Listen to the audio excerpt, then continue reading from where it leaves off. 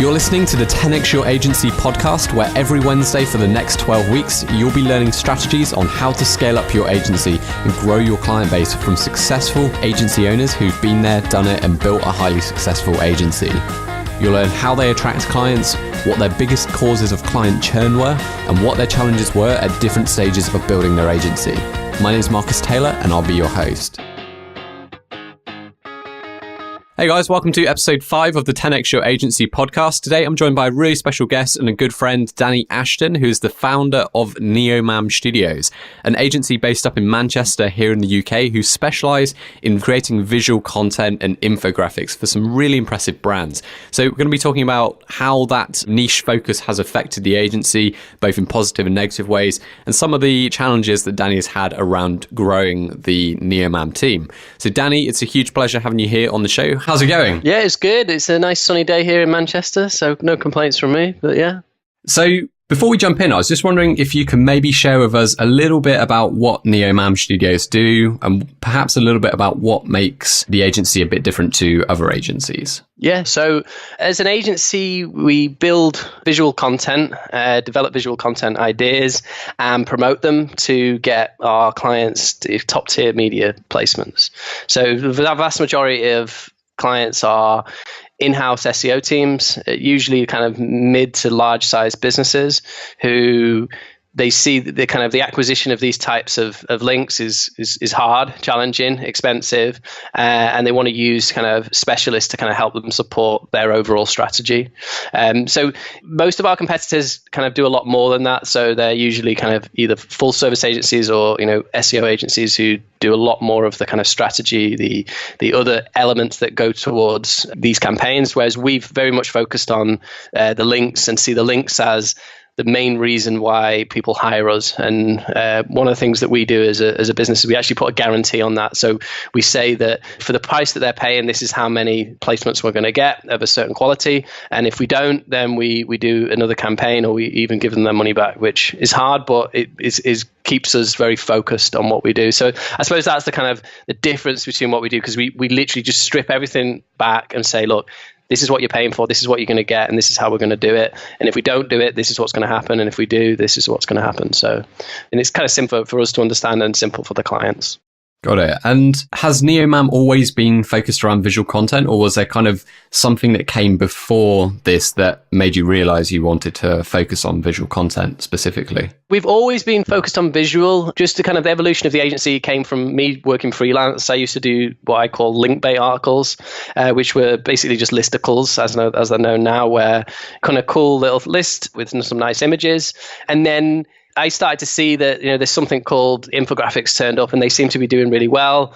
Tried it out, tested it, pulled one together for 50 quid with a freelance designer, and then we did it, and it seemed to work even better than the stuff we were doing. And the other benefit was that we didn't have any issues with like using images from around the web, because obviously we're creating these. So we've always had that. Now, pretty much when we started, we were just infographics, and I suppose over the kind of last few years, we've really focused into other kind of visual assets, because there's no reason why one format is the only way to go. So we do a lot of video. We even do stuff like designs for card design mock-ups or floor plans or illustrations, anything that really brings to life whatever the idea is. So it gives us the freedom. So if a client comes to us, we need to hit the results, then we come up with ideas, and then we find out what format works best for that idea. And that's kind of how we approach it now. That's really interesting. Over the past sort of 5 years, there was a big uptick in people using infographics. Are you still seeing the infographic trend live and kicking, increasing, decreasing, or what's the change that you've seen around the use of visual content in marketing? Yeah, so I think there's definitely a reduction. So there was a time, maybe kind of a year and a half ago, where it was like the major peak, maybe 2 years, where everyone and his dog seemed to be producing infographics. And there was a massive deluge of especially low, cheaper infographics. And it was kind of, starting to annoy everyone, and everyone was kind of saying, everyone was doing it. And now I think we've kind of gone back to kind of normality, which is some infographics are being produced still at this kind of a decent rate, but they're usually of the higher quality variety. And the way I see it is that at a certain point, people can sell infographics, but at some point, the client or the person buying them is going to ask why and look for the results. And the reality is that, doing a cheap infographic or, a low level, low quality, or however you want to define it, just doesn't get, for link building purposes, doesn't work. So there's no point continue doing that. So I think there's definitely a reduction in that. From our perspective, well-done infographics still perform very well. There are certainly other formats that can work better for certain objectives. So a lot of the UK media, newspapers and stuff are not as supportive of infographics and would prefer things like video or alternative formats. But it depends on different sectors, really. But yeah, definitely a reduction in the lower quality. And I think you can just see that, a lot of the visualies now no longer exist, and a lot of the kind of seeding sites don't really exist. And that's only a good thing as obviously the market matures. Definitely. It sounds kind of similar to what happened in the whole kind of social media space with this big boom when everyone was kind of jumping on social media. And then it reached a point when people were kind of questioning, what's the purpose of this? And there's still obviously, a huge amount of companies investing in social, but it's at a much more kind of intelligent, well thought out level now. And it sounds like that's perhaps kind of similar to what's happening in the kind of the infographic world. Yeah, and I think it's probably going to start to happen. I think this 2017 is going to start, people are going to start questioning the whole content marketing thing if they have not already. So, these things happen again and again. Social media was a perfect example that I think SEOs like to look at and, and laugh at. But probably the same thing, happened within SEO many years ago where everyone was doing it, everyone was getting on part of it. But I think it always comes down to the clients. Obviously, clients become savvier, they more understanding of, clients just want to spend money to make more money or to achieve certain goals. And if it doesn't do that, then eventually it doesn't matter how good the agency salesman is, they're going to kind of wise up and choose another provider or choose to do it internally or find a way that makes sense or just stop entirely. Has this niche ever had its limitations for you? So just to give you kind of a bit of backstory, obviously we started doing infographics for kind of SEO purposes to start. And then we started getting really good at making them. And the designs were nice. And because we were at the right time and the right place and all the rest of it, we started getting a lot of inquiries about doing infographics for massive companies like Rio Tinto or the UN and all these massive companies, which to me as an agency person, I was like so excited about. And I thought, this is the way our business is going to be. And so what we did is really go, well, maybe our business isn't getting the links from the link building, but actually, the format itself, so we can become an infographic agency. And that was certainly something that we did that I think was probably one of our biggest mistakes that we weren't aware of at the time, but only aware of afterwards. So what we did is we opened up our niche a little bigger, thinking that it wasn't really it didn't seem like a massive step to provide the same format for a different audience, but actually it was a real massive jump. I think that's still hard for me today because obviously I still get a lot of inquiries about doing these pieces of work, very well paid. It seems very exciting, but the reality is that isn't our focus and it isn't where we want to do. And actually any time and investment we put into those type of projects, it just kind of puts us off our main goal of the kind of work we want to do. So someone like Rio Tinto or the UN, what were they looking to do with those infographics, if not use them for kind of content marketing purposes? So there's actually quite a number of different niches within this. So there's the internal comms people. So there's a big budget for them of, obviously, content marketing, we want to communicate to, to potential customers, whereas they want to communicate to maybe existing staff or existing people who are already involved within the business. And that's a massive opportunity. And certainly if you wanted to set up a business, these guys are waiting and they want your money. But the challenge for us was that actually that's more of what a design agency does. So a design agency provides work that will be evaluated on the client's perspective of if it's good or not. And that's very challenging for us because our normal work and the work that we specialize in now is very much defined by the results it achieves. Or what we often find, and obviously people working in agencies will know this, is that often people's perception of what is good and not is very different. And, you can spend a lot of time kind of back and forth. Whereas when we're working on results, then we all know what we're trying to achieve and it makes it a lot easier. It depends what business you want to run. I mean, I think for us, we really enjoy getting the results, seeing our stuff being shared and seeing that engagement happening in real time. Whereas with other stuff, it doesn't, it's kind of like we just have to get it good enough for that client to like, and that doesn't really excite us. So, Danny, I think I remember, because I think we're connected on Facebook. I remember a few years ago, I think probably around 2014 maybe, seeing a bunch of photos of you traveling all around the world whilst running NeoMam. Does that sound right?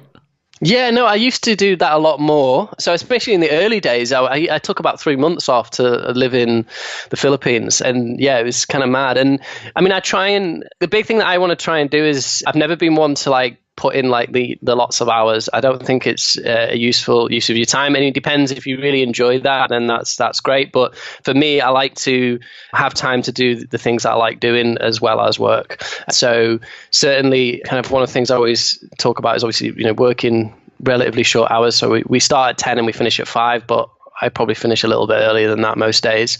But also making sure that we do have the time to go away and have proper holidays fairly regularly throughout. I found that actually traveling, and probably other people can relate to this, but traveling and working is kind of hard. It's because things like internet, getting down to work is like a real pain, whereas actually going away and having a week and actually be able to switch off completely and then coming back and then working and then having those little mini breaks are a lot less stressful, rather than having to do, because traveling's hard anyway, at least when I travel it always seems to be, and then trying to combine those two can be a little tricky. So I've probably done less of that and more of having the kind of road trips and different things, and to get the time away is a lot better. I mean, from my own personal experience, I'm quite similar to you in a way. When I was building up Venture Harbour, I kind of find that sometimes in a weird way, you get some really productive, different kind of work done when you're in a different space, you're in a different country. It just gives you that kind of different environment where you might, as a founder, you're perhaps spending more time thinking rather than getting caught up in the busyness of being in the office. So I think there's definitely a lot of value in doing that. One thing I was wondering though is, obviously this has been something that has been quite intentional for you in how you've built this company. What were some of the things that you did to enable you to integrate or balance work and the things you wanted to do outside of work? Yeah, so I think I'm a big advocate of delegation and getting the right people in, and also making sure that when I look at a task, I don't look at just, how I'm going to do it, but I look at like who I can get in to help me do that. So I work a lot with outsourced members who are specialists in their area. And I find that that's a far more effective use of time than a lot of people will have that natural inclination. And I'm lucky because I don't like doing that, but it's to write, all right, I'll get on with this and I'll get the sweat of my brow and I'll get this done. Whereas for me, it's really going, okay, I have something that I need to do. I probably don't have all the knowledge I need. How do I find that knowledge? And then secondly, how do I get the people who, for them, this is easy? So for example, I'm working on a piece at the moment. I'm working on a kind of a lead page for driving up new subscribers. And, I've worked with a copywriter who works with it. I've got a knowledge around it. I've done courses and stuff like that, but I'm still not a professional landing page copywriter. Then I work with a landing page designer, and then I work with a guy who works on lead pages to generate that into thing. Now, combined, obviously, it costs me a little bit of money, but the reality is I end up with a top of class landing page that works really, really well. And I've only invested the time to obviously hire these people and evaluate the work versus a handful of hours versus potential of, you can easily, we've all been there on WordPress or sites trying to fix an issue for 4 hours when we could have, and we know we should have, but by this time we're already put 3 hours down, so we might as well finish it. And I think it's just to be keeping aware of those, of going to the experts first and getting them. And I've been really looking that, to hire people, and then they'll actually tell me, oh, you know what, this is not the way I would work, and this is how I would do it. So you'd learn so much from that because you have an idea of how things work, but the reality is it probably doesn't match up to how it really does. At least from my perspective, I have to have like knowledge of lots of different areas, whether it's sales, marketing, production, and whatever. And I'm no longer a specialist at any one area. I think that's the challenge. And then similar to like obviously the 4-hour work week, making sure that time is allocated. I mean, I'm a big fan of, and it's super simple, but booking in all that time in to your diary to make sure it doesn't block. As simple as I used to always have my lunches free, and then I could occasionally have the odd call at lunchtime, which was annoying. So now all my lunches are blocked for the next 10 years or whatever. Same with any of my activities. If I'm doing jiu-jitsu in the afternoon, then I want to have an hour before, so I'm not rushing, and just making sure that that's aware of that, so that you don't kind of get caught having to make that choice of, I need to do that business call or I need to do that, when actually that you need those things, and they're really, really important. So yeah. And so did you kind of start with a team already that could do a lot of the things that you needed to run the company, or did you start off kind of doing a lot of things yourself and then gradually over time start to delegate these different activities? It was either lucky or not, but I always felt like I wasn't a very good writer. I do think I am better now. I'm doing a course to give me confidence of being a writer, but I always kind of knew that it didn't come naturally to me. So from the very start, even when I was freelancing, I'd always get someone to write the content. That was from the very start. Same with design. I still don't know. I don't even have Illustrator or anything like that. So those elements of the production side of things, I've always tried to have externally. So the areas that I'm still kind of involved in a little bit is ideas, as in coming up with the ideas. That's the one area that I am naturally quite good at, and I quite enjoy, and I don't feel like it drains me in the same way that normal work does. And then I used to also do the outreach, and I think outreach was draining and was work, but no one else at the time could do it. I couldn't find anyone, whereas now I found someone who's way better than me, so I was able to pass that on, and they've taken where we were and taken it to somewhere I couldn't even imagine, So I think that's what I'm looking for. I've had the same situation in sales, and I, over the last kind of year and a half, I found someone who's very, very good at it, got all that kind of sales experience that I didn't have. And then all I had to do was just get them to understand the product and why, what is NeoMam and all the rest of it, rather than going on every sales call, which I think is naturally, a lot of founders who kind of do the sales, you feel like that you can never give that up, and I think that, and I certainly felt that. And actually, if you want to grow and you want to move beyond that, then you need to. Every part of your business should be provided to someone who don't just give it to anyone, because I've certainly made mistakes like that. But your job is to find those really, really good people and then basically teach them about what your business is, and so they can get on with doing even better work than you could ever do. Talking about the team, I kind of looked in a few different places while I was researching for this episode, and I noticed on LinkedIn there was about 20, on the website I think there was 16. Before we jumped on this call, you mentioned that you're currently around 16 people in total, with a mix of people externally and working in-house. First of all, what's been the biggest challenge you've had in growing the team? So just to give you a kind of a bit of a backstory, when we kind of started, we grew very, very quickly. Hands up, I had no real experience in business, was very kind of new, wet around the ears, and certainly made a lot of mistakes. So we hired very, very quickly. I think our interview stage in our kind of first year was pretty much, will you work for free for 2 weeks? And if so, then you've got a job after that. So no real checking of culture fit and all those stuff that, makes so much sense now. And we made a lot of hires, and we just hired a lot of different people who all had different views of what they wanted from the business, and, no fault on them. But eventually it got to a point where combination of different things, and obviously, building a team that's obviously too big and not being able to supported by the sales team on one side, and then also trying to then direct a large team who had very different ideas of where we wanted to go, and aligning that with the business, and doing that 3 years too late, and then we're having some people who wanted to leave and some people who were told to leave as well.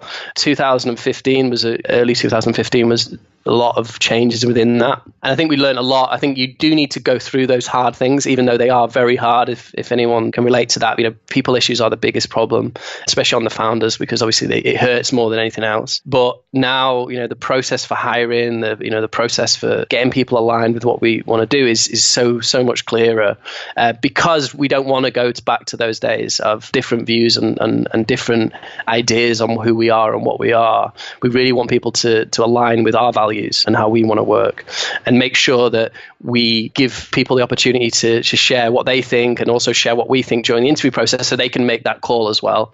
And certainly we've had made some really, really great hires, and people who are really growing, and at least I hope so, and they seem to be really enjoying it as well.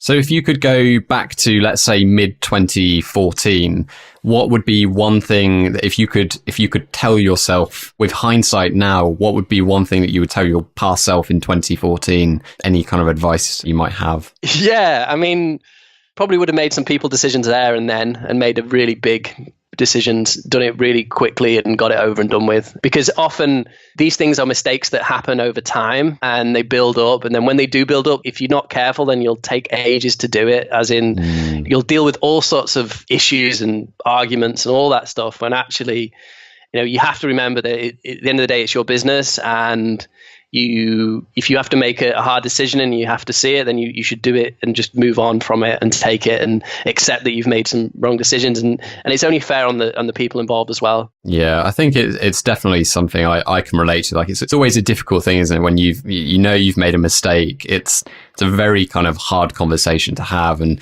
I sort of found in the early days with what we were doing, it took someone else to tell me, Marcus, you've got to get rid of that person. And then I was like, okay, yeah, it's not just me that's thinking that, it's an incredibly difficult decision to make. And I suppose once you've done it a couple of times, you just realize it's the right thing to do. It's never an easy thing to do. Yeah, no, for sure. Because, at the end of the day, we haven't got hearts of stone. Like we understand what it's like to be an employee and having to pay rent and all the rest of it. But I think it's not fair of the people involved and everyone else that actually someone has to stand up and make the decision. And it's only you who can make those decisions. You can always hope that people go, this isn't the place for me. But in reality, most people will not make those decisions. The reason why you're the entrepreneur and you took that risk is because you do to make those decisions, and you've got to stand by them. I think it's just having confidence in that, and that again, that does come with time and having to go through that and actually see delaying those decisions, what that means to you and what that means to the team versus just grabbing the bull by the horns and dealing with it. So while we're talking about some of the kind of challenges with developing an agency, I noticed when I was doing my research that the company was founded with a couple of other directors who resigned, I believe, in 2014. And I think, so is it you and your partner that now run NeoMam? So it's me and Amy. So Amy's my sister. So we're a brother and sister. I started it with one other guy originally. And then within about the first year, Amy came on board. And then Jonathan came on board as well afterwards. What we found was we got to a point where we just felt that we were going in different directions. And we just kind of came to an agreement on where we were going to take the business forward. And that result was that, a couple of those directors left. And again, it was certainly, similar to kind of people issues, not something I would want to happen. But again, looking back, it was the right decision and a decision had to be made. Could I have done it better? Sure, definitely. I wish I could. But, you do what you can in those times. And, I feel whatever happened, we were fair with how we got to that. But yeah, these things are always big challenges. I understand, obviously we may not want to go into too much detail with this, but can you maybe share like a little bit around what led to that point and what did you have to do in order to kind of correct this situation? Like, did the other kind of original directors have to be bought out, or what was the process? So the process, obviously, it was originally just kind of making it clear of what we wanted to do. And then where we went, and I think it was probably the best way was, you kind of in the dark because like neither of either parties knew what to do because no one had ever been there before. We had no shareholders agreement. So that was definitely a mistake that I would recommend, if I could go back, maybe put one of those agreements together. So because of that, we then got a mediator in. We did it in one day. So it was pretty intense. And we basically just negotiated on a settlement and signed it there and then. It was a lot of money for sure. And I'm sure the other party would say it wasn't enough. But I think we got to a position where we felt was both sides were happy.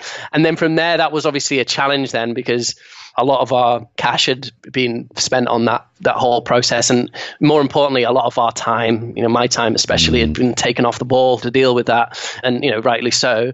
And so then we really had to reevaluate the business from that perspective of, a business that's got lots of cash is great because you can kind of take, you can relax a little bit. But once you remove all the cash, then you really need to be a business that's very profitable. And up to that point, we were a business that made some profit sometimes, some not so. And we really then, from that then onwards, was really when we wanted to systemize our business, be very clear on the financials and all the rest of the things that come to it, and really build a very profitable business. We felt that we could be, and I'm happy to say we are now. So 2014, early 2015 sounds like it was maybe quite a challenging time, but the lessons learned from a couple of those difficult challenges have enabled you to become a much, much stronger business now, and really kind of almost forced you to put those systems and processes in place that are so important for scaling up an agency. When you don't need to, you just won't look at it, and you don't really feel the need to make any changes. Whereas it's incredibly hard, emotionally, mentally during that time, but you do have to kind of grow up, or you pack it in, and there's certainly times where you think, maybe that's an option, but you get pushed to that point. And, it was at that point, I used to kind of be a little bit like not involved in any of the businesses, didn't go to any networking events or anything like that. But then after that time, I really started to go out and speak to other businesses, more just to kind of see if my experience was normal or not, or any of those things. And actually what I found was that this is completely normal. And, obviously ours may have been a bit more extreme, but actually someone's got a more extreme story. But actually that process of going from quite a young business to, to actually going through the not so sexy bits of business, and actually then having to do those things and meeting other agency owners. There's an event that I went to in Chester, really good event called Chimps. From there, I really learned from people who've been doing this a lot longer than we have, 10 years plus, who've gone through problems and other problems and what they used. And we actually, then took those tools. So there's a tool that we use, which is called the Entrepreneurial Operating System, or EOS. There's a guy called Gino Wickman. He's written a book, and you can do it yourself.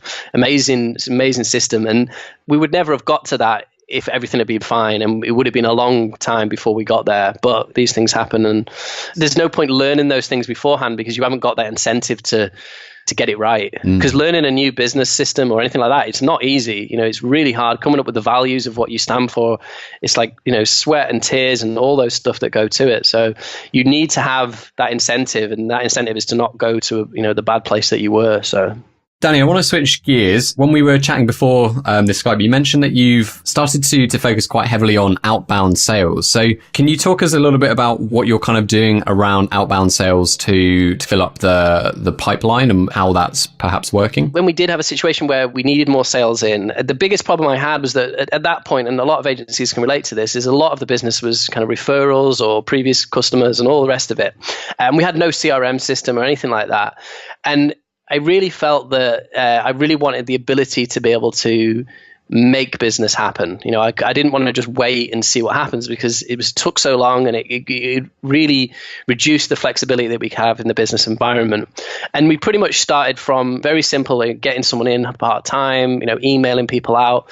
And we built a very rudimentary system with Google Sheets, sending out emails manually, and we got 2 sales. So it showed me that it could work, as in you can email someone and you have a product and they want to buy it. I think, just to kind of preface this is like, our product is very product based, as in we sell, 2 products, they have fixed pricing, there's a clear end result at it. Whereas I think with, I go to these other events for agencies, especially if you're kind of like a full service agency, that's a lot more challenging, because obviously, you're not selling the product, so it's very hard to direct where you're going to aim at. So I'm not saying just take this and completely run with it and it'll work. But if you do have a productized, that's probably not a word, but a product that you can sell, even if it is a service like ours is, we've definitely seen it works. Over the years, we've really just kind of upgraded it, adjusted it, and really made it the best we can. Because what we saw was that actually outbound sales is very similar to what we do with our, the promotion side of our business. So, in finding the right people, giving them the right message, and getting them to take an action. And we now use tools like Pipedrive as the CRM system.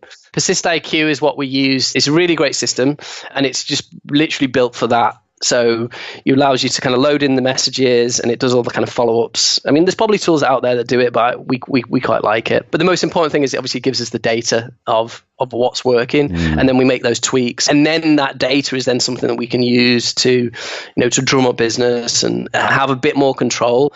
I read a lot of sales books trying to find out what works. I think ones I remember, I can't remember the exact name of it, but he said like the biggest issue, and this is a few books they talk about, the biggest issue with sales is not so much like selling as much as lead gen and making sure that you increase that. Because even if you're terrible at sales, if you have enough leads, you can make money.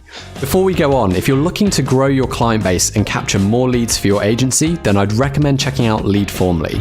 Leadformly is a lead generation tool run by yours truly that enables you to upgrade the forms on your website to conversion optimized forms that are going to increase your conversion rate and help you capture more qualified leads from your website. Using Leadformly, we've seen agencies capture up to 700% more leads. So if you're interested in giving it a try, we have a 14-day free trial that you can check out at leadformly.com. That's leadformly.com. Once again, that's at leadformly.com.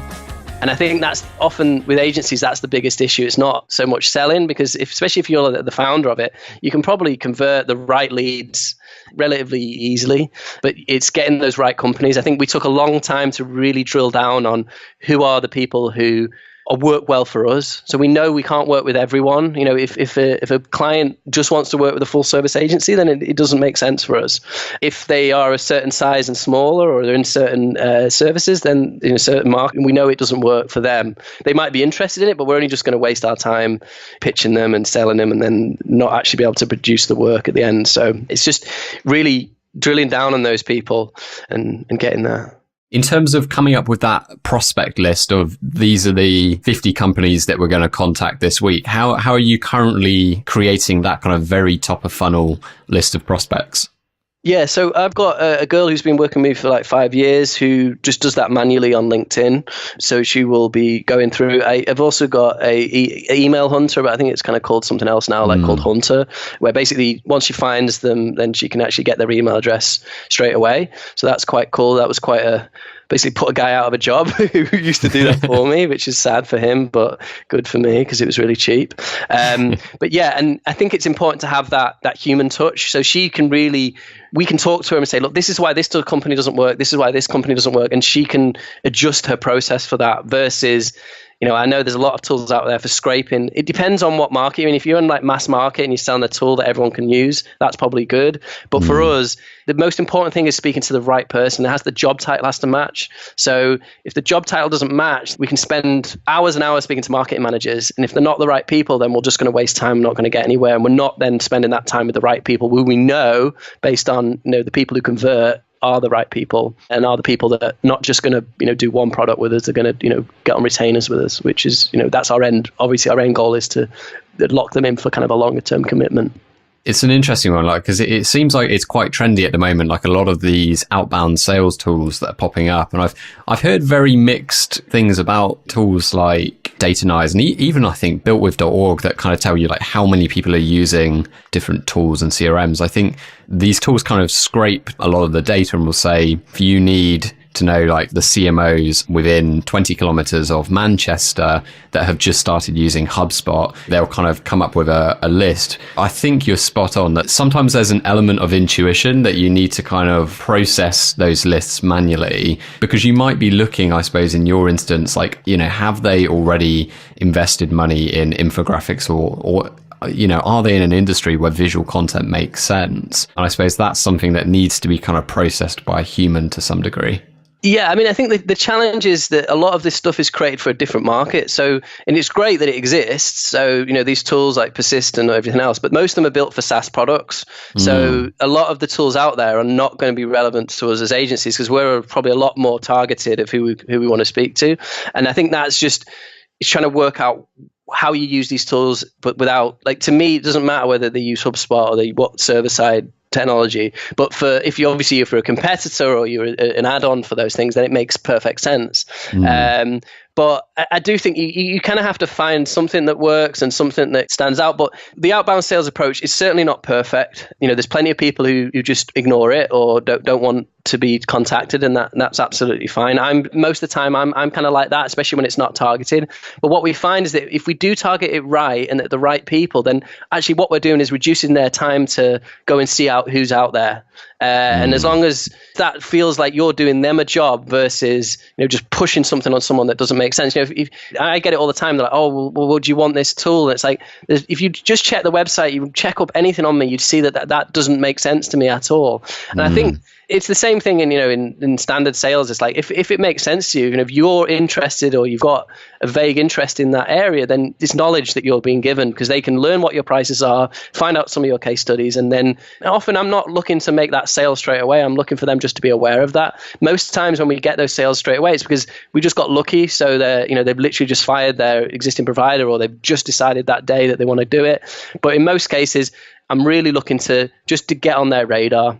And then be in the running for when they do look at things, and actually, to compare our product to what other competitors do and make a decision that what makes sense for them. So Danny, I want to go on to some quickfire questions. So the first one I've got for you is, what's the book that's had the most impact on you whilst growing NeoMam?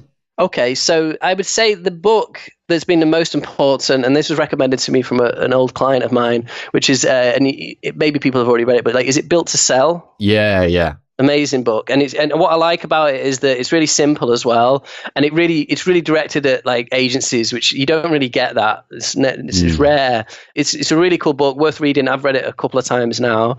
I think that's probably the one book that changed my view of how things work. There's been loads of other books that are great and everything else like that, but that's the one that really stands out, that I was like, I think I read it while I was at PubCon in Vegas, and I remember just reading it in 2 days or something, and I was like, wow, this I don't remember anything else at PubCon, nothing else, but that book was worth it. But that's Vegas, isn't it? Yeah, that's probably it. But that book was amazing. And I think it's often the mistake at agencies that we can make, that we end up doing different products and different services, but clients want everything, and we've got to be strong to say, actually, this is what we do and this is why we do it.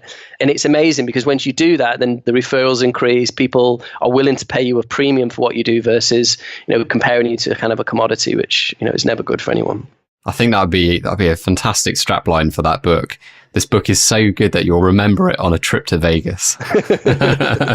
Okay, Danny, my second question is, what's your favorite tool that you're using right now? Okay, so at the moment, I'm doing quite a lot of ideas stuff. So I've gone helping out with that and getting us kind of improved. I'd never used this tool before. I know probably many of SEO have, but it's Ahrefs, which is it's a backlink tool. But what I really like for it is it has an ability, so you can put an entire domain in, so you can put BuzzFeed in or something like that, and then you can look at what the top linking pieces of content on there. So BuzzSumo does it for shares, which I think is good, but it's problematic. Firstly, because it's got 1 year only of data, and also socials can be swayed by advertising, and it doesn't give you a true sense of whether that will work for links. Whereas with the Ahrefs tool, then you are looking at what actually has worked, and it goes back since time began on the internet. So you can find content from 2001 or 2002, and it can be great stuff that worked really well that just needs to be brought back to 2016 in a nice shiny format, and then you've got it. So it's not cheap. I think it's $160, but it's worth it if you do content. Nice. So what's one piece of advice that you would give an agency owner looking to go from 6 figures up to 7 figures? Okay. Firstly, would be look at the profit margin, because I think that's the big mistake that we made, is that revenue is all great, but if you're not making as much as you should be, then it probably makes sense to look at a profit margin that makes sense. I think as a specialized agency, there's no reason why you can't be doing 40% profit on it. Don't feel like 10 or 20 is the only thing you can do, and it's far better to be doing 40% at 800 than doing 5% at 2 million. So it's going to be a lot easier. Yeah. So that's one side of it. But then obviously we're not a massive size, so I'm not going to the growth extraordinaire. But I'd say that assuming like, kind of mid-level 6 figures and kind of moving into that next area, I think having that sales and marketing machine for your agency is really important, however you want to do it. So, we've taken the approach obviously with Outbound and then kind of content marketing, inverted commas, to kind of focus that. But you need some sort of plan, and you probably need to be investing, the time and resources of at least one person to kind of support that. It doesn't mean that you get just one person internally, but you could combine of outsource people, but have a plan and have it as important, because you don't want to get into a situation where you are too reliant on your current clients. Clients should be leaving after 1 or 2 years. Like, I think that's good for everyone, firstly because when new clients start, they usually pay a higher rate, and also that I think there is just a time where it just makes sense that either, the client's grown beyond, or the agency's grown beyond the client, and then it's fair for that to be okay. And to have that ability, you need to be always having those new leads or those new potential clients on a fairly regular basis, so that, you want to be in a position where you can choose to get rid of clients or choose to change clients and not mean that you lose all your money that month or anything like that. So I think just having that focus and, having that one person dedicated to it and having, ownership of that seat. Got it. My next question is, what were your biggest causes of client churn in the early days when you were growing? This is obviously going to be a little bit different for you because it's a somewhat more kind of product focused business. But if we kind of were to just look at the clients you've got a sort of more of an ongoing relationship with, and perhaps you mentioned that you ideally want to aim for like a 1-2 year relationship, but perhaps thinking about the ones that maybe left a little bit prematurely, what were some of the biggest causes of clients leaving early? Yeah, well, I think the big thing that I didn't expect, but actually it was probably like the soft skill stuff. So it was when clients didn't feel like they were being heard, or they felt that they weren't serviced as well as they could be. I think that's probably the biggest issue that we had with clients, where we were still getting them good results, but they didn't feel like they were looked after, or they felt that they were just a cog in the machine, so to speak. And certainly, a couple of years ago, that's how we were. So we used to have a lot of clients, a lot of products in production, whereas now we're probably a lot smaller clients who pay a lot more, and we do smaller but more expensive campaigns, which makes it easier. But also we made a decision probably about 6 months ago to get an account manager to sit on top of where the project managers are as well, because that makes sense for our business, and actually having that relationship with them is ultimately the most important. And at a point where you're growing beyond, I can have a relationship with, maybe 3 or 4 clients, but if you've got a lot more than that, you're going to need someone else who's dedicated to that, because things will get busy. You'll have to put other fires out. You can't be the only person to be that relationship. So I think that's, for us as an agency, it's really important to make sure that if clients are unhappy, they're able to tell us that. So we've got that relationship to do that, so we can do something about it. Because in most cases, they're unhappy, they don't tell you, and then they just leave, and you don't even know that. But at least we've had the benefit of some people telling us why they've left, or giving us a good indication of what happened.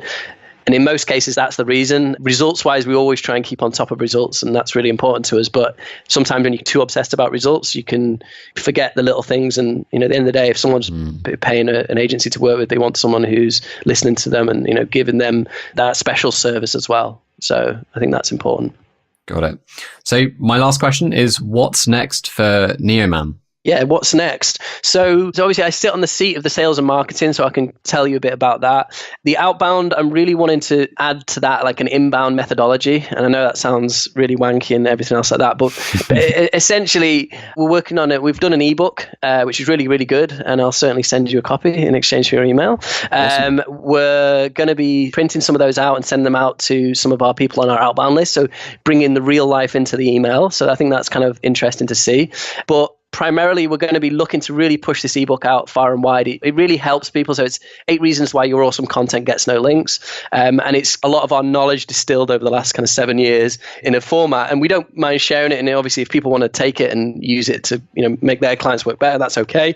But we also know that we need something to stand out with our competitors, so they know not just that we get results and what our price is. They want to know what's our knowledge and the expertise in the team. And I don't think we've done a good job of really sharing that, apart from the odd few blog posts. And so before any lead becomes into a sales thing, we want them to consume this content. And I'm using a tool called Drip, which is a drip email tool, amazing tool, and combine that with lead pages to then build. And then this is probably stuff simple to you, but building that list and building that as like our value asset. And I think that's really important. I'm friends with Brian Dean. He tells me all the time. He's telling me for years about the list, and I've been fans of all like internet marketer and all these different people. And now it's finally kind of getting that and seeing how that can work for the agency. And I'm we're certainly not going to be perfect with it from the start, but I'm quite excited about it. I've got my landing page. It's going to be ready by the end of this week. Looks amazing. So I'm going to see how it converts, and I'm excited by it. So I know that's a thing I should be working on because it's cool. It's a bit different to what we've done in the past. At the end of the day, we're in the world of internet marketing. That should be the way that we get our clients. I don't go to networking events. I don't do anything that involves me going anywhere. So this is the way I have to do it, and I like it because it can run automated, and I can get other people to manage it. So it's good. Yeah, just a bit more scalable, isn't it? In terms of kind of the future of NeoMam, like where is this all heading? Like where do you sort of see taking the company? I think one of the things that we're still thinking about this, and there's still something that we want to work. I think obviously we've been a lot bigger people agency. I don't think we've got the idea to grow massively and have some big, large team, 150 people even. So I think for us, one of the things we've been working on is obviously getting that profit margin right, and that's something that's working. But I think what we really want to be is kind of like a boutique agency who do some of the best work in the industry. We're not the cheapest, and we will continue to not be the cheapest, but for the right clients, we're the only option. I think that's where we like being, and I think that makes sense for us. And what's really important to us is that we're doing the work that we like doing, that the team likes doing, that I like doing, that Giselle likes doing, Amy likes doing, Luke likes doing. Everyone's excited about it, because that was kind of the reason I got into business. Obviously, I wanted the freedom that I didn't have working for someone else, so I could choose my clients, I could choose the type of work I do. And I think that's really important to us, to everyone else, to feel that way. And to do that, I think being like a premium boutique kind of provider is a lot easier to do than being a kind of a large agency that is kind of forced to take the extra work to feed the ever-growing machine. So yeah, I think that sounds really exciting and very, very interesting. Well, Danny, it's been a huge pleasure and amazingly insightful, and I'm really grateful of sharing all of these insights. In terms of if people want to learn a bit more about NeoMam or connect with you, what's the best way that they can either get in touch or learn a little bit more? Well, I'm happy for people to email me directly if they want to ask me a question, danny@neomam.com. But the website as well, we've got a lot of stuff on there. Obviously neomam.com, you've got all our kind of our services pages, and I've just reworked them currently, so you can really get to see kind of how we sit differently to other agencies, maybe give you some inspiration for your own service pages if that's of interest. And then I think we're on Twitter and all those things, but I can't remember the names. But you search for us on Google, we'll do all right. You'll find us, I'm sure. Awesome. All those links from the infographics. Who'd have thought links help to improve your search ranking? I never knew that. Who'd have thought? And Danny, if you fire over the ebook, what we'll do is we'll link to that in the show notes as well. Awesome. So if anyone wants to check that out, they can as well. So Danny, huge pleasure having you here, and big thank you. No, you too. It was great. Great fun talking to you. Awesome. We'll catch you soon. Cheers, Marcus. Thanks for listening to this episode of the 10x Your Agency podcast. If you're interested in acquiring more leads for your business, I'd like to invite you to a free webinar that I'll be hosting on how to acquire 300% more leads from your website without increasing your traffic. In this webinar, I'll be sharing how you can turn your website into a lead generation machine, 4 strategies on how you can boost your form submissions by 300%, and much more. So if you're interested, all you need to do is go to Google, type in Leadformly, acquire more leads. That's Leadformly, spelled Leadformly, acquire more leads. And the landing page to register for the webinar should appear at the top. As I said, it's completely free, and we run this webinar every single week. So once again, thanks for listening to this week's episode, and stay tuned for next week's episode of the 10x Your Agency podcast.